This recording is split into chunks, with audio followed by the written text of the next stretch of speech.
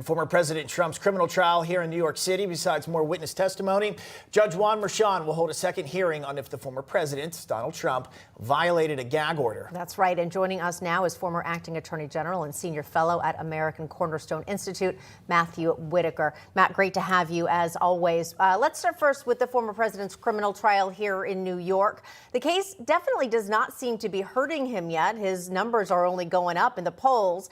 He's actually leading President Biden in a two-way race with likely voters. Not looking so bad. And with registered voters, the former president also leads President Biden.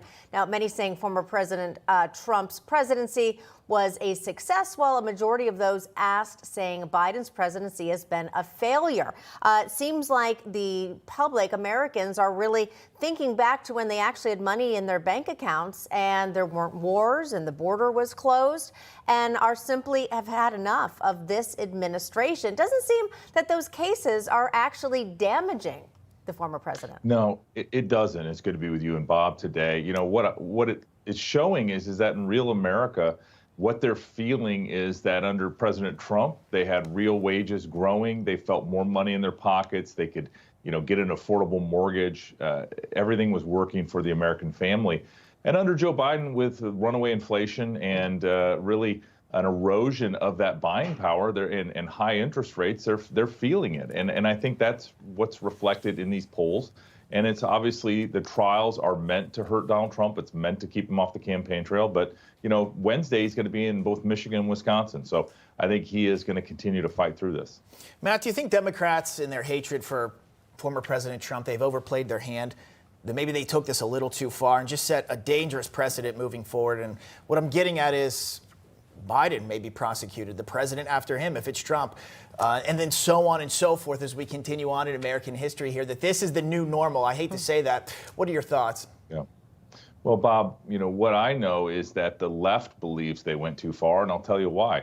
In these last couple cases where they've either investigated or indicted these alleged, alternate electors, they're not indicting President Trump. These states are shying away from trying to bring him into another case. So that tells you that the left knows that they've overplayed their hand, and now they have the weakest case playing out in trial, which is a set of kind of facts in search of a law that it broke. And I think it's playing out in real time in front of the American people's eyes. I think it's disappointing that this case in New York is not on TV. I think it would be must-see TV, and I think the American people have every right to watch it as much as they want to see these witnesses and how they come off. Excellent point there. Again, I think if the trials were being televised, it would be a very different story. Yeah. And Matt, moving on to this, what's your reaction to the reported meeting we're hearing about between former President Trump and Florida Governor Ron DeSantis? Does that inspire any thoughts of a potential running mate for the president being, a former president being Ron DeSantis, even though he has said absolutely not? Yeah, I think it's really good news that those two men were together in Miami over the weekend. I think it's also really good that there is a long list of folks that could be Donald Trump's potential vice president.